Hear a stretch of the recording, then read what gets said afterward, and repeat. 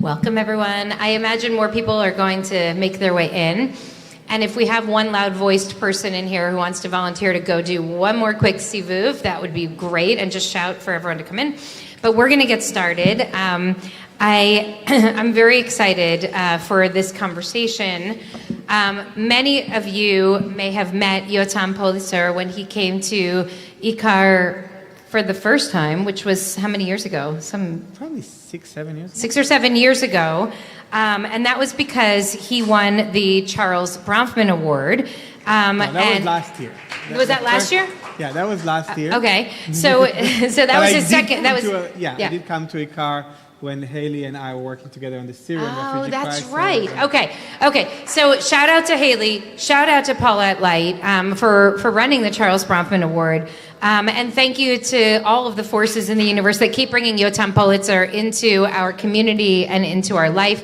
I am going to introduce both of these two, and then basically we want to hear from the two of you. So Yotam is the global CEO of IsraAID. This is Israel's largest humanitarian NGO. He leads a team of more than 300 people, and they're currently working in 12 countries, including a large-scale operation in Israel and Gaza since October 7th.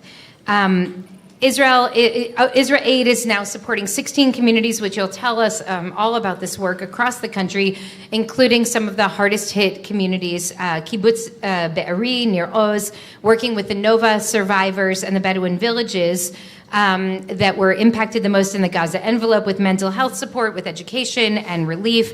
And in Gaza, IsraAID has been focusing on facilitating aid to the most vulnerable communities in close coordination with the Israeli authorities and the world's largest humanitarian organizations.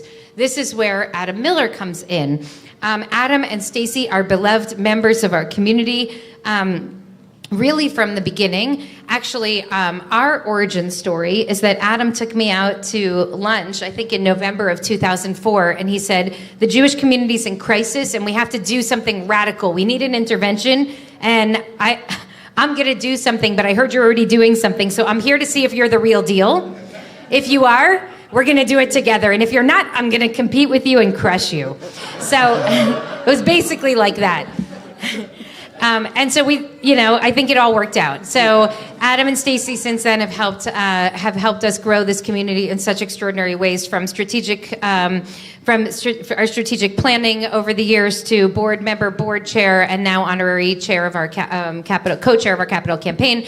And we're so grateful to you. But the reason that Adam is here today with Yotam is because Adam was for 10 years the chair of the board of Team Rubicon, which is one of the humanitarian relief organizations that has been working with IsraAID around the world, and especially now in Gaza and in Israel. And so we thought this was an incredible opportunity for our community to hear from the two of them about what is happening on the ground, because there's so much misunderstanding about what's happening there. We know that the need is profound and urgent, and I'm very grateful for the two of you and your organizations for really doing the hard work to help people who are desperately in need get the support that they need. So thank you so much for being with us. And I want to start, Yotam, can you start by telling us about IsraAID? Don't assume that everybody here has been to your previous talks at IKAR. But tell us a little bit about the organization and specifically how you've been working in Israel and Gaza since October 7th. Hi, everyone. Shabbat Shalom. Shabbat Shalom. I'm saying it all the time since October 7th, but here it's actually true. This is more than anything else a support group. So thank you for being part of my support group. So IsraAID has been around for 23 years. The vision behind IsraAID was to be sort of the humanitarian wing of the Startup Nation. And the goal was actually to help anywhere but in Israel. And to bring expertise from Israel, not because everything is perfect in Israel, actually because of our challenges, whether it's the trauma of the Holocaust, the ongoing conflict, water scarcity, you name it, we developed a lot of technologies and techniques that we believe could and should support the world's most vulnerable communities. So that was the vision behind the organization, and 23 years later, we responded to crises in 64 countries, including some of the most remote places on earth that, with the exception of Haley, I doubt anyone here know, a country called Dominica, not Dominican Republic, which is one of the tiniest countries in the world, but it was completely destroyed by Hurricane Maria in 2017. And we have been working there ever since, not only on immediate relief, but also long-term recovery. We worked in Ukraine, we work in South Sudan. I personally led 12 relief missions in the Ebola outbreak in West Africa and Sierra Leone, in Japan after the tsunami, in Nepal after the earthquake, where we were able to find a woman who survived for 6 days without food or water, after we pulled out 21 people who didn't make it. We did a lot of work also in places that does not have diplomatic relation with Israel. We worked with the Syrian refugees. And there's a story that I always share at IKAR, but I won't get into it now, but it's how when we pulled out a Syrian girl and I handed her over to our Arab-Israeli doctor who was working with us, her father told me, my worst enemy became my biggest supporter.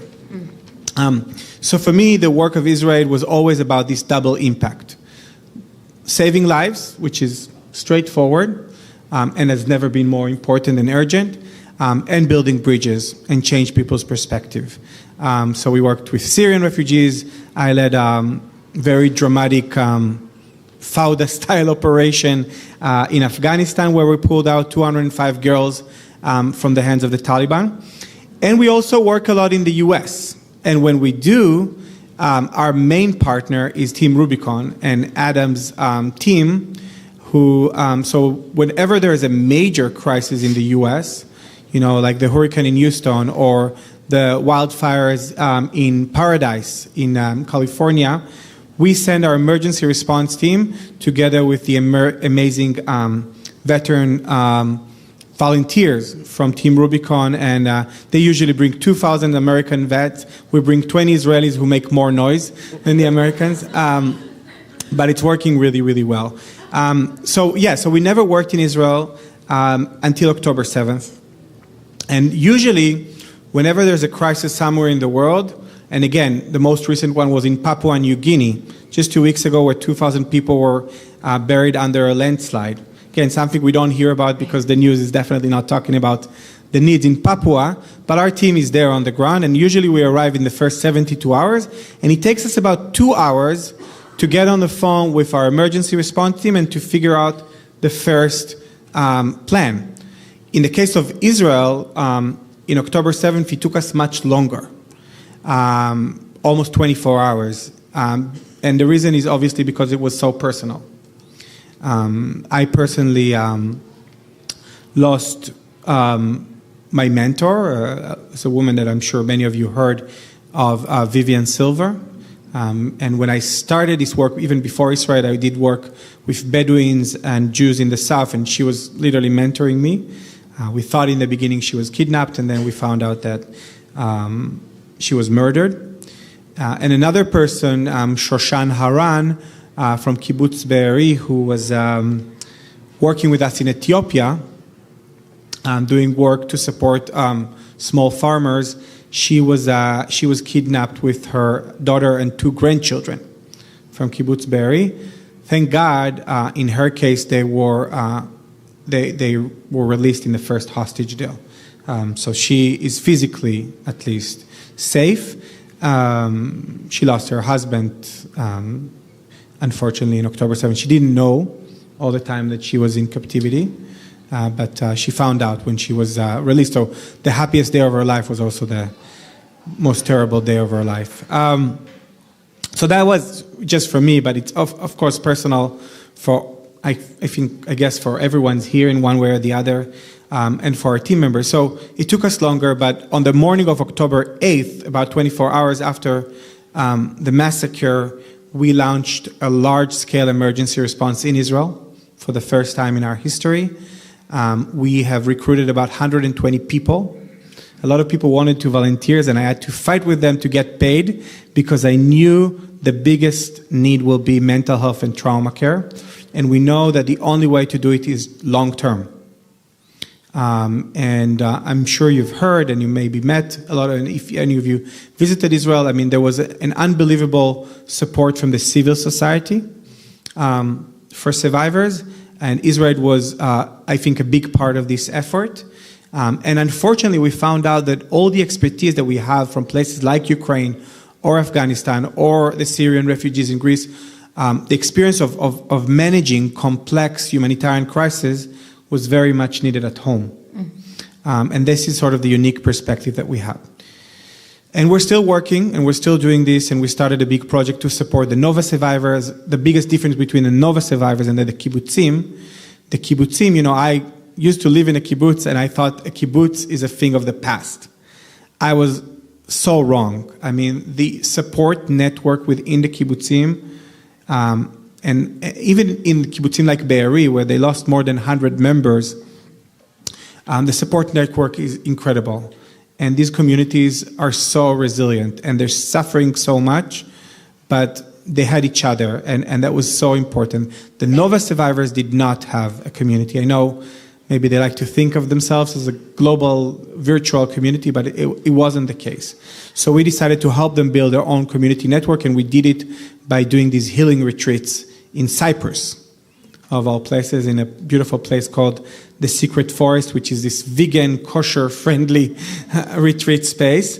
And we took almost 2,000 survivors of the Nova Music Festival to Cyprus. And then the third group that was extremely vulnerable and is still extremely vulnerable, again, pre-October 7th, but became even much more vulnerable after, inside Israel, is the Bedouin community. If you saw the Iranian attack, the only person who actually injured was a Bedouin girl who didn't have a bomb shelter. So I'm not going to get into the political and historical perspective, but about half of the Bedouins who live in the Negev, about 150,000, are living in what we call unrecognized villages. They're indigenous communities. They are Israeli citizens, but they don't have the most basic things. And in the case of the rocket attacks from Hamas, they didn't have bomb shelters. So together with a great organization called AJIC, that was founded actually by Vivian Silver, we decided to start building bomb shelters for Bedouin. And we built them strategically next to schools so kids could continue their schooling, and we'll have a bomb shelter. So we built 55 shelters. It was great, but the needs are about 11,000. So we were just scratching the surface, and we're still doing that. But after the Iranian attack, I think it's very evident why this work is so much needed and so much more that we need to do. That's on the Israel side. On the Gaza side, and I do ask that this part for now is off the record. So please, you can share it with friends, family, and I'm happy to talk about how we're hoping to publicize it, because this story is very important. But for now, it's off the record.